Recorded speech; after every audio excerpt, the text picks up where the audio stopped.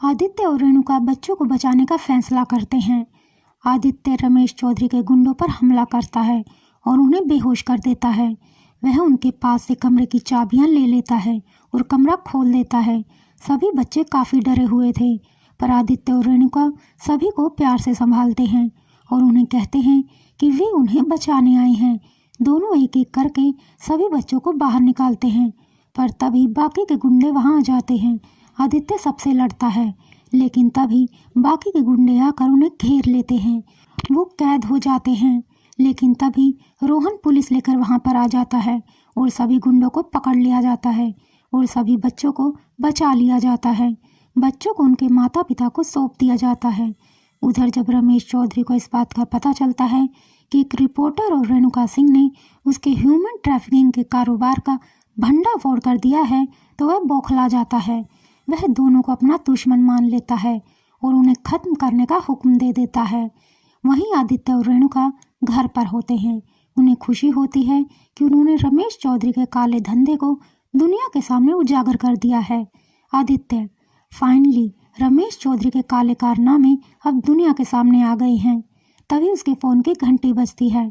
इतना आसान नहीं है रमेश चौधरी को हराना, खेल तो अभी शुरू हुआ है।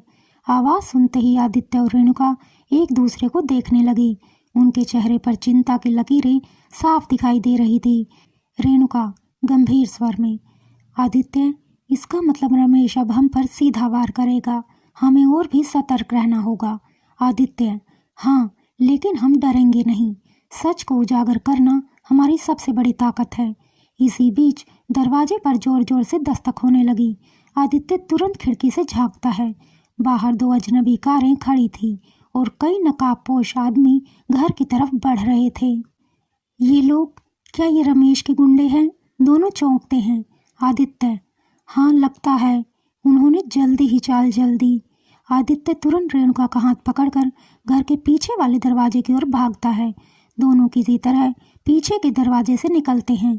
पीछे से गुंडे घर का दरवाज़ा तोड़कर अंदर की ओर घुस जाते हैं और उन्हें ढूंढने लगते हैं। आदित्य और रेणुका अंधेरे रास्ते से होकर पास की एक सुनसान गली में पहुंचते हैं। तभी अचानक उनकी कार के सामने एक पुलिस की जीप रुकती है।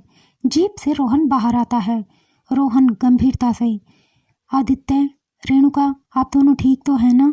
मैंने पहले ही अंदाजा लगाया था कि रमेश अपनी हार यूं ही बर्दाश्त नहीं करेगा। आदित्य, रोहन, रमेश हमें खत्म करना चाहता है और शायद वो उन बच्चों के परिवारों को भी निशाना बना सकता है। रोहन ने तुरंत अपनी वॉकी टॉकी पर मैसेज पास किया और कहा, सभी टीम से अलर्ट हो जाएं। रमेश चौधरी किसी भी हद तक जा सकता है। सभी गवाहों और बच्चों के परिवारों की सुरक्षा कड़ी कर दी जाए।